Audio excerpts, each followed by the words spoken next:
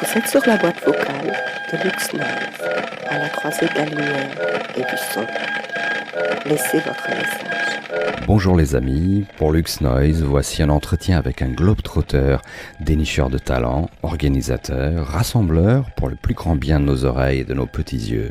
Je vous présente Fernando Ladero Marquez, directeur du Mama Festival, devenu en quelques années un événement majeur à Paris, mais pas que. Et c'est d'ailleurs à Paris, autour d'un café en terrasse avec les bruits d'ambiance, que nous revisitons ensemble son parcours depuis ses premiers émois en musique jusqu'à aujourd'hui.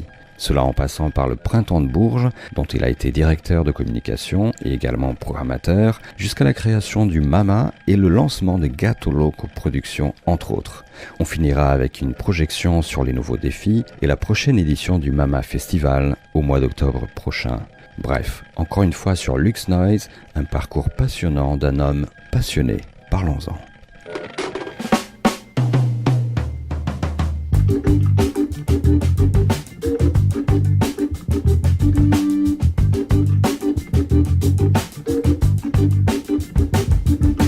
Nous sommes à Paris avec Fernando Ladero Marquez. Est-ce que j'ai bien prononcé ?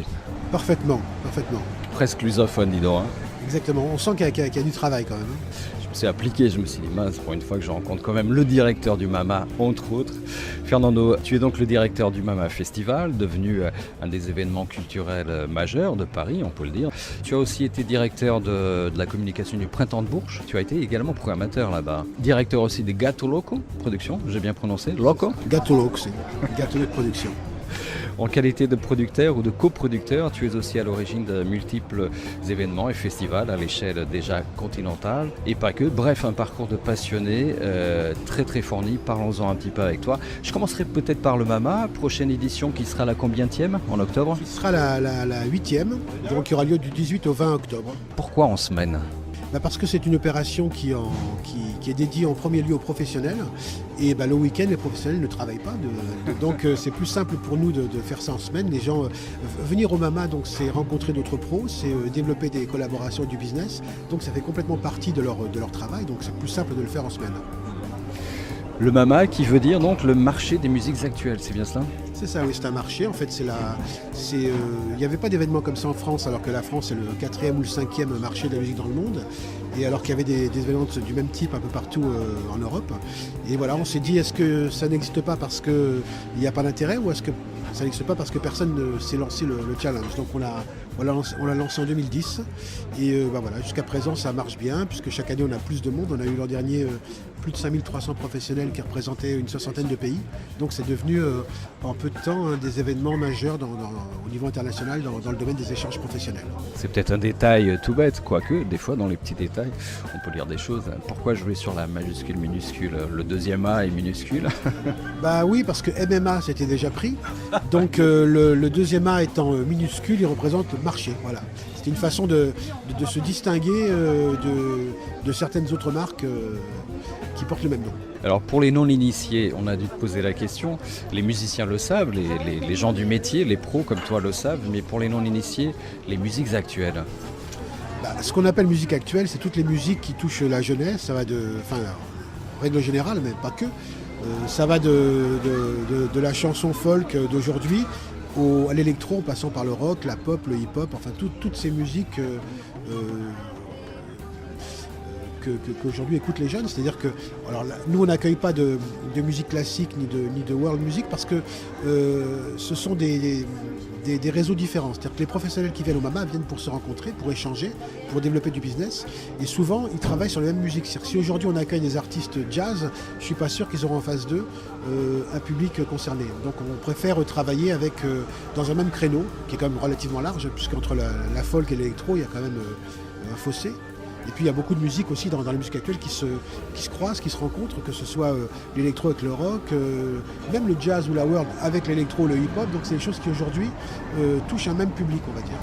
Tout à l'heure on parlait en off, on va dire, d'un ami en commun, Luis Rego, l'acteur, humoriste, mais aussi grand musicien, fin musicien, et qui à chaque fois qu'on se croise, il me Il a l'air toujours étonné des musiques du monde, dit-il, parce que les autres ne font pas partie du monde d'après lui. C'est vrai que les non-initiés peuvent se poser des questions sur l'étiquetage, on va dire, des fois. Donc c'est bien de le préciser quand même. Hein, parce que... Oui, alors je ne sais pas ce qu'il entend par musique du monde. Est-ce que c'est ce qu'on considère comme la musique world, enfin on va dire la musique ethnique. Ouais, c'est vrai que ça passe mieux. Oui, alors après c'est vrai que c'est des créneaux différents, même si, je le répète, il y a beaucoup de croisements aujourd'hui. On parlait tout à l'heure du monde lusophone et on voit ce qui se passe aujourd'hui au Portugal entre la musique africaine, Angola, Mozambique et autres, et la musique, je dirais, locale. Mais c'était pareil en France il y a quelques années avec les musiciens d'Afrique ou d'Amérique du Nord qui venaient, qui croisaient un petit peu les musiciens français. Ça crée un son particulier. Aujourd'hui, la France est reconnue aussi pour avoir un son original ou des sons originaux. Et on retrouve la même chose dans d'autres pays comme l'Angleterre, comme le Portugal, comme la Belgique par exemple. Le premier volet du Mama aura été lancé en 2009, si je m'abuse, lors du Printemps de Bourges d'ailleurs, je crois. Oui, c'était en fait un numéro 0, parce qu'à l'époque, on se demandait justement s'il y avait un vrai intérêt. Nous, on sentait qu'il y avait, on pensait qu'il y avait un intérêt, mais comme personne n'avait fait ça, on s'est dit peut-être qu'il n'y en a pas. Donc on va tester le projet en faisant un numéro 0 à Bourges, dans le cadre du Printemps de Bourges, qui n'est pas simple parce qu'on avait créé un événement dans un événement. Donc en termes de visibilité, c'était un peu difficile à communiquer. Néanmoins, on a eu beaucoup de pros qui sont venus pour la première édition, donc on s'est dit voilà, il y a un vrai intérêt. Et avant que les gens ne prennent l'habitude de venir à Bourges pour le Mama, eh bien on va déménager. Et où mieux qu'à Paris, on pouvait faire ce genre de choses. Voilà. Donc c'est là qu'on s'est installé dès 2010 et l'événement n'a cessé de croître depuis. Qu'est-ce qui, en 2 mots, différencie le Mama d'un autre festival de musique ? Le Mama, c'est pas juste un festival, c'est-à-dire pour le grand public, c'est un festival, puisqu'on a fait l'an dernier par exemple 150 concerts dans une quinzaine de lieux, où là le public a accès, donc il achète un pass et il peut en plus faire son programme, aller où il veut, faire une sorte de zapping entre les salles qui sont toutes très proches. Mais la spécificité du Mama, au-delà de la partie nocturne, donc des concerts, c'est qu'en journée, c'est du B2B, c'est-à-dire c'est des professionnels qui se rencontrent, qui se connaissent ou pas. D'ailleurs, souvent, ils ne se connaissent pas, parce qu'on a accueilli donc 5000 quelques pros l'an dernier. Et on organise pour eux des conférences, des débats, des speed meetings, donc toutes ces occasions de se rencontrer, de faire du networking et de développer des collaborations. Vous êtes passé de 2 à 3 jours, si je m'abuse. Maintenant, c'est 3 jours depuis quelques années déjà. Oui, parce qu'au début, on cherchait un peu le modèle, comme c'était un événement, on est parti d'une page blanche en fait. Hein. Donc il fallait sentir d'abord l'intérêt qu'il y avait pour les pros, mais aussi le modèle à construire. Donc on est parti sur 2 jours au départ, et puis on trouvait que c'était un peu court par rapport à l'attente des professionnels et au nombre croissant de pros et donc de propositions qu'il fallait leur offrir. Et du coup, on est arrivé il y a maintenant 4 ans, je crois, à 3 jours, et là je pense qu'on a trouvé notre modèle. C'est aussi bien dans la durée que dans les contenus. Vous maintenez toujours cette politique de garder une partie de la salle, des lieux de concert pour les professionnels, donc vous ne vendez pas tout, c'est ça ? Ça, c'était ce qu'on faisait au début, mais maintenant, à partir du moment où on est passé à une billetterie pour le public qui est aussi constituée de passes, qui leur donne accès potentiellement à toutes les salles, on a effectivement deux queues, la queue professionnelle et la queue publique. Et on fait en sorte que les uns et les autres puissent participer, mais c'est vrai qu'on garde toujours un quota qui est à peu près 40% en fonction de la taille de la salle, entre 40 et 50% pour les professionnels. Quand on pense pro, on pense souvent Midem. Qu'est-ce qui différencie la démarche ?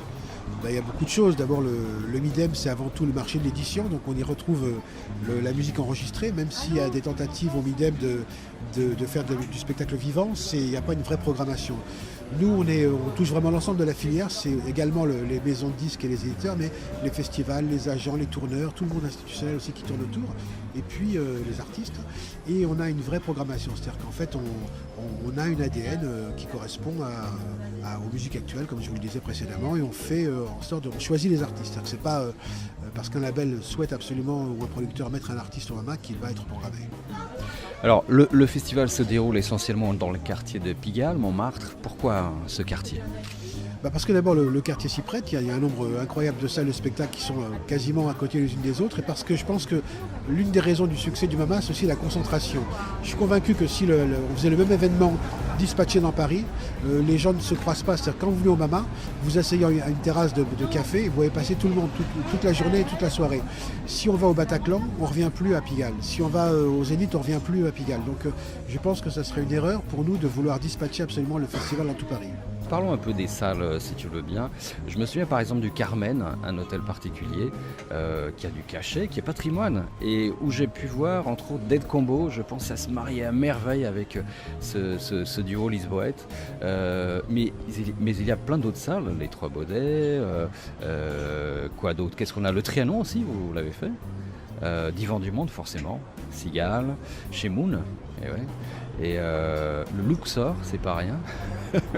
Tout cela dans un petit périmètre assez restreint qui permet d'aller d'un endroit à un autre assez facilement sans avoir à utiliser les transports en commun. Donc c'est ça le parti pris aussi.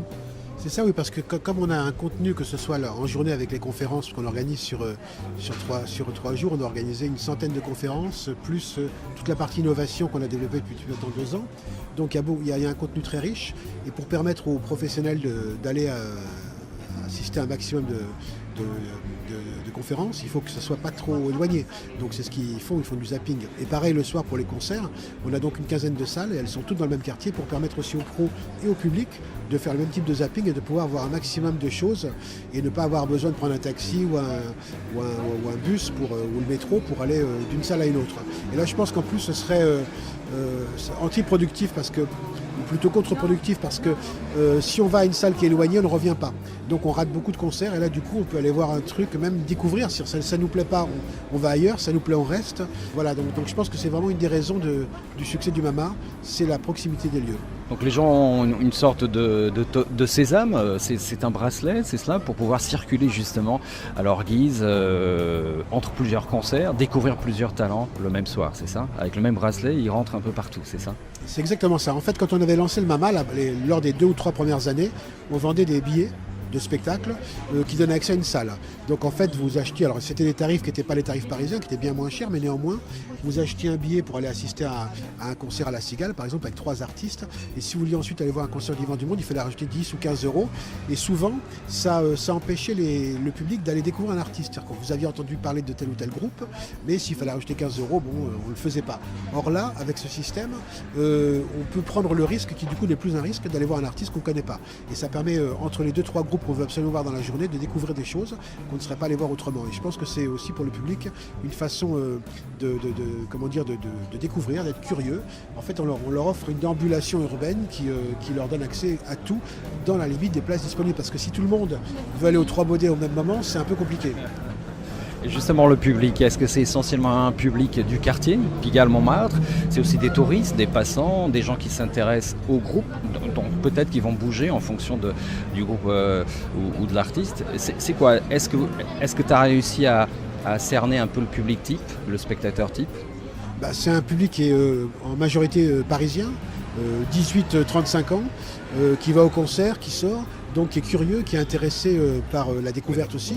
Après, on a quelques touristes, mais très peu. C'est pas un événement qui est dédié aux touristes, hein.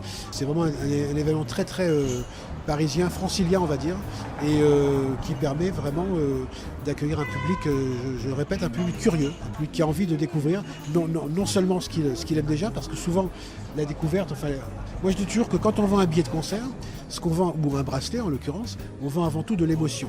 C'est une émotion qu'on va partager avec des gens qu'on ne connaît pas, mais on est au même moment dans un même lieu, on écoute la même musique et on partage cette émotion.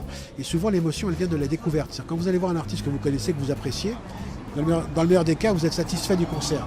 Mais là, on prend une vraie claque, où l'émotion est vraiment forte, c'est quand on va voir quelqu'un dont on n'a jamais entendu parler, et tout d'un coup, il se passe un truc magique, et ça passe souvent vraiment par la découverte. Parlons 2 secondes du line-up du festival. Après ces 7 premières éditions, vous en êtes donc à la 8e au mois d'octobre prochain.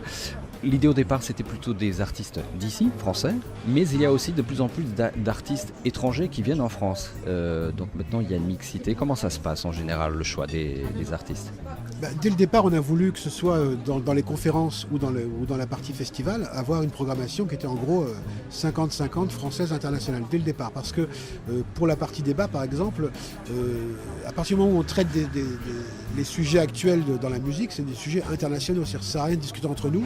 il faut aussi échanger avec d'autres pays, voir souvent ils ont les mêmes problèmes, ils ont peut-être trouvé d'autres solutions auxquelles nous on n'a pas pensé. C'est toujours intéressant de savoir comment les problèmes sont traités ailleurs. Et pour la partie concert, c'est pareil, c'est-à-dire qu'on a d'un côté les artistes français qui ont envie d'être exportés, donc pour le coup, ils sont intéressés à se produire au MAMA parce qu'ils savent qu'il y a beaucoup de festivals, d'agents, de labels étrangers.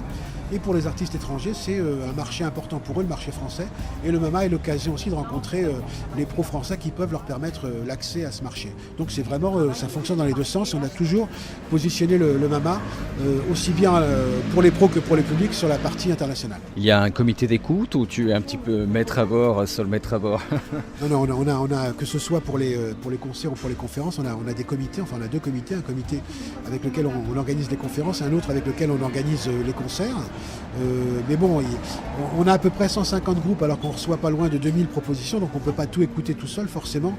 On écoute à plusieurs, on échange, on se bagarre parfois quand on veut tel groupe et pas tel autre. Voilà. Mais non, il y a une vraie écoute et surtout on écoute tout. Ça prend du temps, donc on ne peut pas être tout seul pour le faire. Fernando, est-ce qu'on peut lever un petit peu le voile sur la prochaine édition du mois d'octobre ici en France?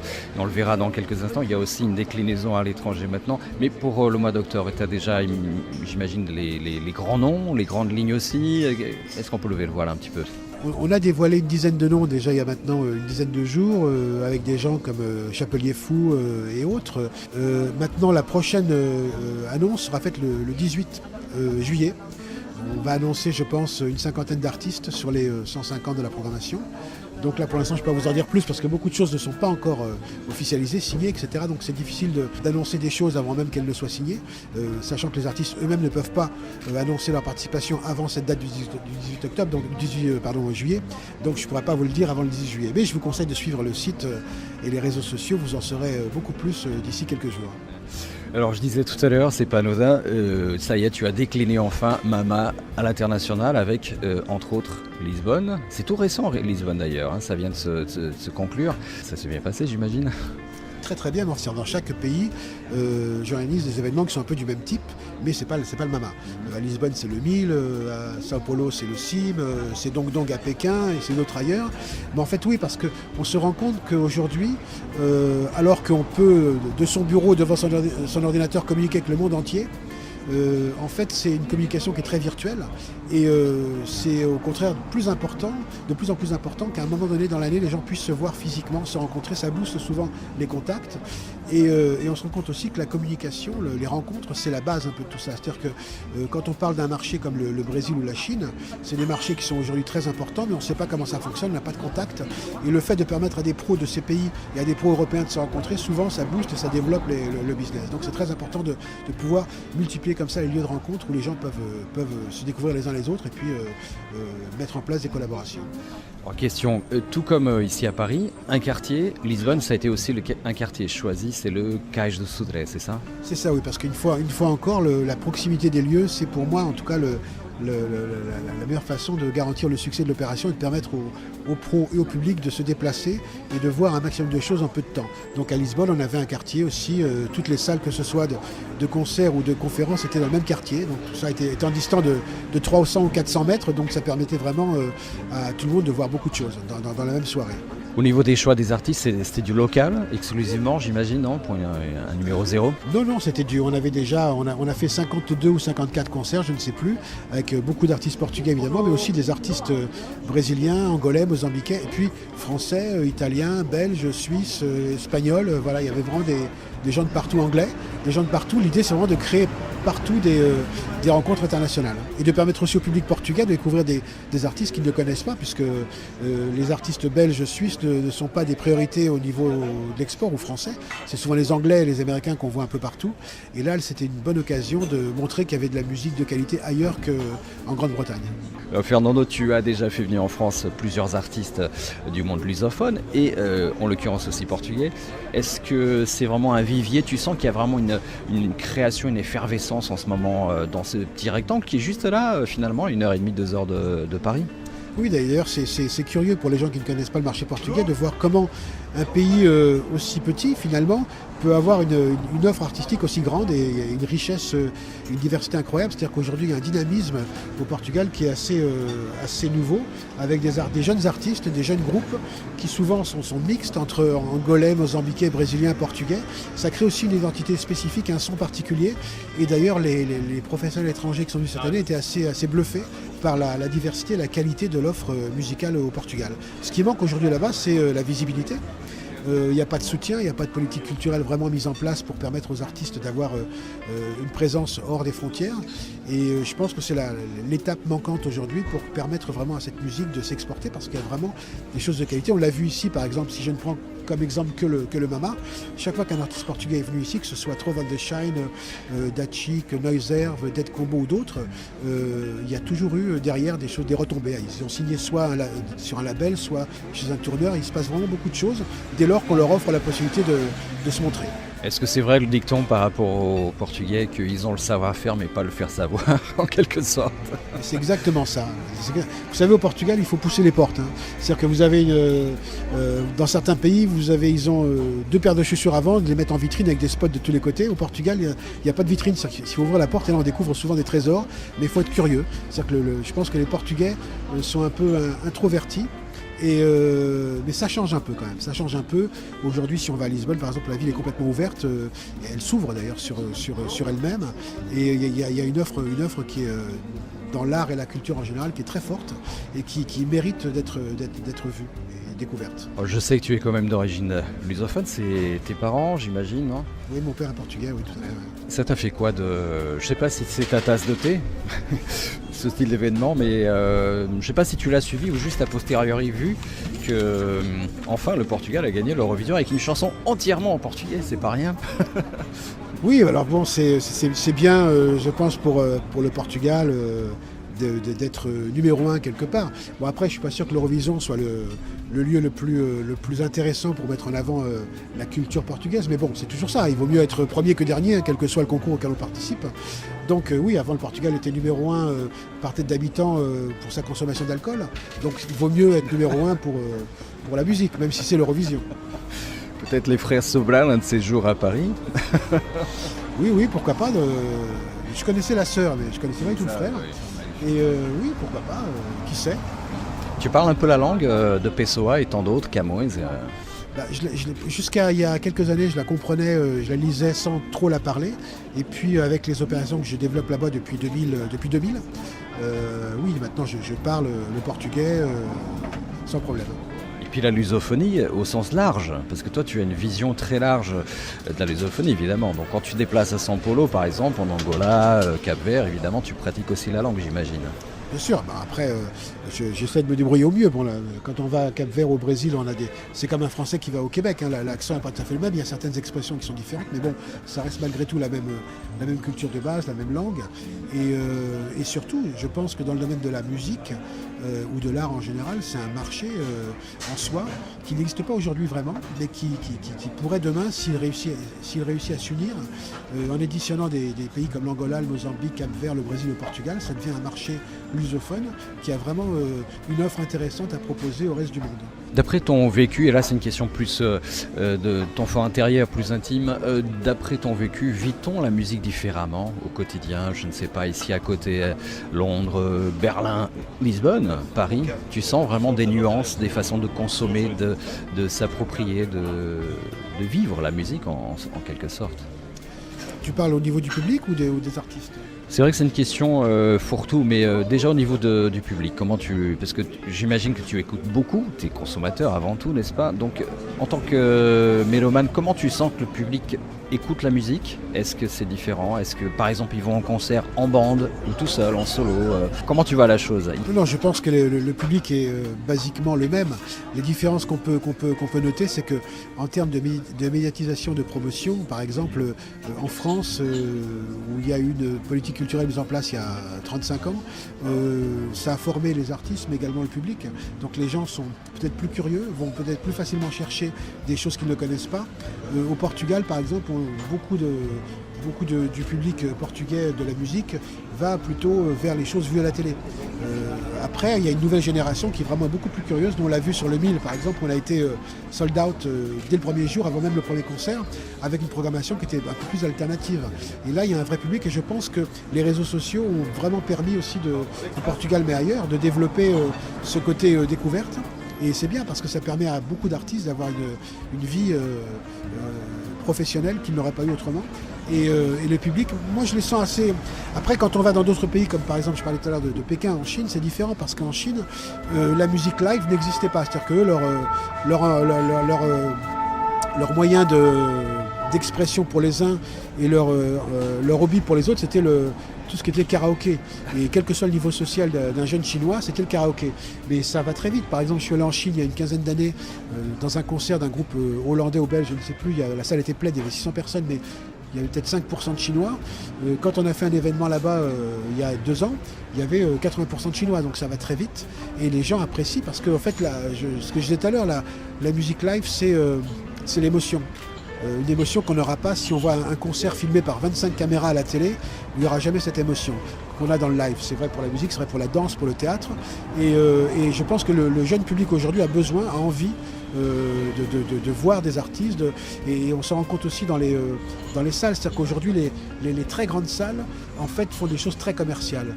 Et dans les petites salles, on a un public qui veut la proximité avec les artistes. Et ça, c'est vrai au Portugal comme c'est vrai ailleurs.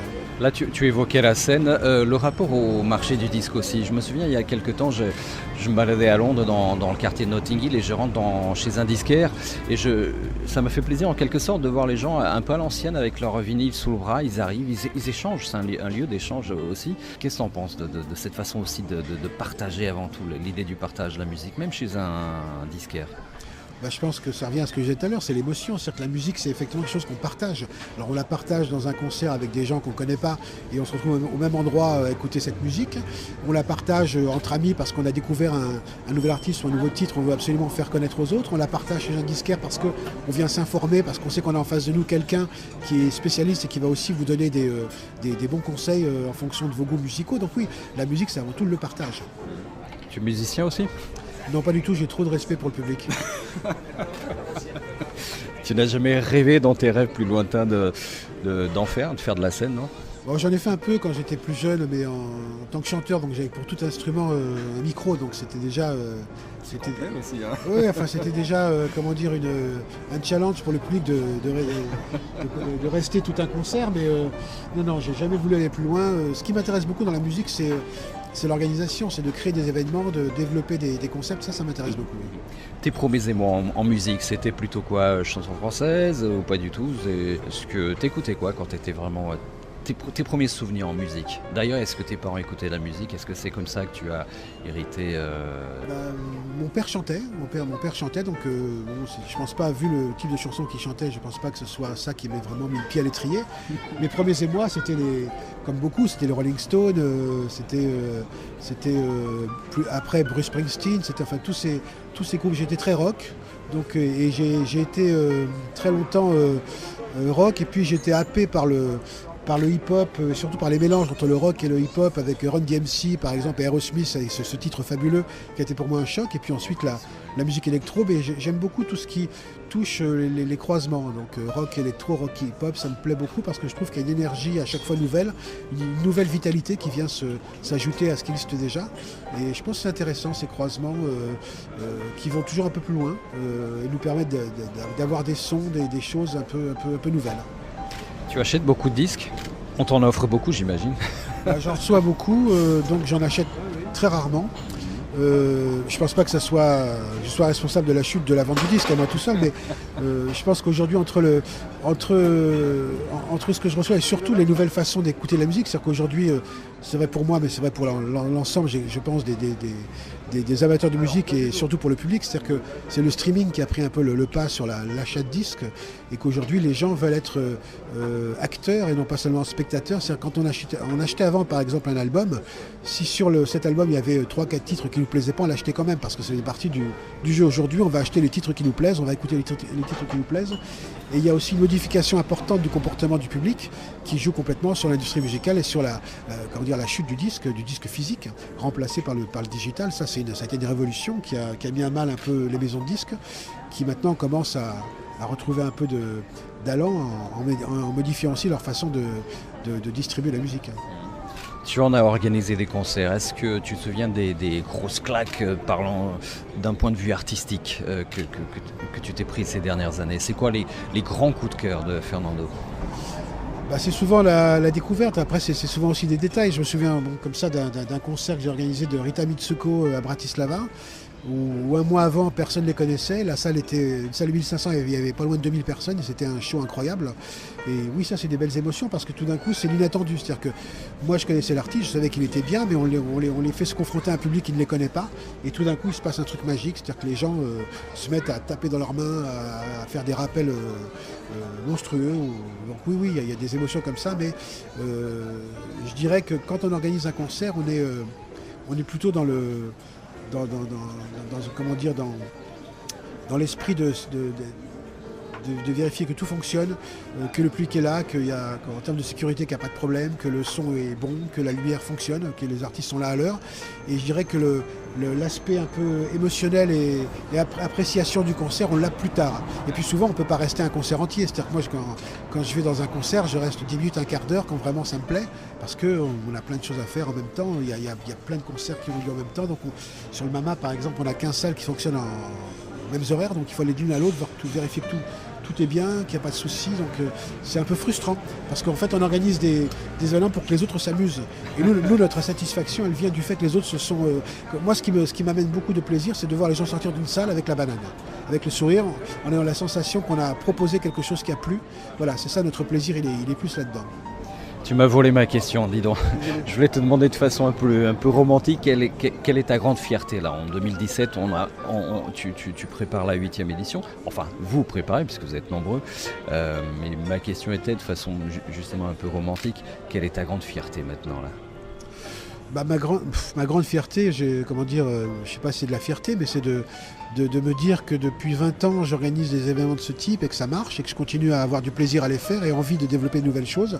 Après, c'est sûr que l'événement que je viens de faire à Lisbonne, le 1000, pour moi, c'est une grande fierté parce que d'abord, il y a un côté justement affectif, comme je suis né là-bas. Y faire un événement qui n'existait pas encore et voir que ça marche, forcément, je suis fier de l'avoir fait, d'avoir trouvé les bonnes personnes aussi avec qui m'associer. Je suis fier de voir que le MAMA qu'on a lancé alors que personne ne me le demandait, 8 ans après, c'est devenu un événement qui est considéré comme un des 4 ou 5 les plus importants au niveau international. Mais je dirais que c'est une fierté qui est relative, puisque on a toujours envie de faire autre chose, de développer de nouveaux projets. Donc ma fierté, c'est surtout d'avoir envie de continuer. Voilà, de pas me dire voilà, ça c'est bon, c'est fait. Non, d'avoir envie de continuer à voyager, à découvrir d'autres pays, d'autres mondes, d'autres univers musicaux. Ça c'est d'avoir gardé l'esprit ouvert. C'est le plus important, je pense. On le sent dans ton parcours et aussi dans ton discours, que tu aimes la mixité des genres et que tu aimes être étonné musicalement à chaque fois, non? Oui, parce que souvent, pour continuer à avancer, à progresser, il faut aussi faire des rencontrer des gens, rencontrer d'autres personnes, d'autres musiques, d'autres pays, d'autres langages. Sinon, c'est un peu triste de tourner en rond, même si c'est bien aussi de faire des choses qui marchent. Mais bon, pour moi, vraiment, la découverte, c'est ce qui me pousse, c'est découvrir, inventer, concevoir. Alors des fois ça marche, des fois ça marche moins bien, mais bon, on ne peut pas toujours réussir, mais toujours est-il qu'il faut continuer à avancer et surtout de rester ouvert. Voilà. Rester ouvert, c'est important, ne pas avoir peur d'aller vers des choses qui paraissent inconnues, des territoires où les gens ne vont pas. Mille merci Fernando, et puis bon vent à cette nouvelle édition du MAMA ici en France, en octobre, donc c'est du 18 au 20 si je ne me trompe pas. Tout à fait. Vous en saurez donc bientôt plus sur la programmation. Et il y aura quelques lusophones. Ça va être un très bon cru encore, hein, j'imagine. J'espère, en tout cas on fait tout pour. Après, une fois que les choses sont lancées, c'est plus à nous de dire si c'est bien ou pas. Vous savez, on nous dit souvent après les événements, conférences de presse, alors vous êtes content. On a envie de dire, mais c'est à vous de dire si vous êtes content ou pas. Nous, on a monté quelque chose, mais une fois que une fois que ça démarre, ça ne nous appartient plus, quoi. C'est le succès d'un événement, que ce soit un festival ou une convention, quoi que ce soit. Le succès, il est le fait des gens qui y ont participé. C'est eux qui diront si c'est un succès ou pas nous. Vraiment pour finir, question très personnelle. Pour les gens qui veulent se lancer dans ce milieu, organisateurs d'événements, de concerts, de festivals, c'est un boulot quotidien finalement. Tu t'imposes des horaires quand même? Pas tellement. Oui, forcément. Souvent, quand on rencontre des gens qui ne sont pas de ce milieu, ils nous disent vous avez de la chance quand même, le soir vous êtes dans les concerts, dans les festivals. Oui, mais le matin à 9h, on est au bureau aussi. Donc c'est-à-dire qu'on a des doubles journées. Et si on veut réussir dans ce genre de métier, je pense que d'abord, il faut l'aimer. Ça passe par un travail quotidien. On peut pas faire ça en dilettante. Il faut le faire à fond. Et à fond, ça veut dire, oui, c'est beaucoup de boulot. Mais bon, c'est vrai pour ce que je fais, c'est vrai pour d'autres métiers. Il faut le vivre comme un métier, non pas seulement comme une passion. Sinon, on en avait vite fait le tour et on prend des risques, surtout des risques de ne pas réussir. Nick Cave, l'Australien, nous disait il y a peu de temps qu'en fait, il aime bien programmer ses journées comme s'imposer des horaires de bureau. Est-ce que toi, tu as une journée type à peu près chronométrée ou c'est en fonction? J'ai des horaires types, c'est-à-dire que je commence à 9h, 9h30 et je finis jamais avant 20h pour la partie bureau. Après, dans la journée elle-même, les choses changent tous les jours. On n'a pas à part des réunions programmées toutes les semaines avec l'équipe du MAMA pour faire un petit peu un point où on est chacun dans son domaine. Après, le reste, c'est réunion, rendez-vous, voyage, ça change tous les jours. C'est ça qui est intéressant, c'est justement qu'il n'y a pas de ronron, pas de train-train. On a des surprises quotidiennes. Parfois mauvaises, d'autres fois bonnes. Mais en tout cas, oui, je dirais il y a un créneau horaire qui est assez large. Mais à l'intérieur de ce créneau, après, c'est un peu en fonction des journées, des semaines, différents à chaque fois. Là, c'est la pause déjeuner. Après, dans l'après-midi, tu vas faire quoi? Écouter des disques, signer des contrats, trouver des partenaires, c'est quoi? Oui, c'est ça, c'est écouter de la musique, mettre en place une programmation, discuter avec des partenaires pour des conférences sur les thèmes, sur les intervenants, sur les modérateurs, les horaires, où on les fait, voir des médias pour monter des partenariats aussi. Enfin voilà, c'est faire mes valises pour partir à Lisbonne en 2 jours parce que là, du coup, je passe du MAMA au 1000, où on fait le bilan de l'an dernier, enfin de cette année, et on prépare l'édition 2018. Donc voilà, c'est ça, partir après bientôt en Israël et à Buenos Aires pour des partenariats aussi sur des événements du même type. Voilà, donc c'est ça toute l'année. C'est ça aussi la musique, ça voyage et Fernando avec. Et merci pour ce voyage sensoriel. Rendez-vous pris donc pour le MAMA français le 18 octobre prochain. Mille merci Fernando et obrigado aussi, pourquoi pas. Merci, obrigado, et puis à très vite j'espère.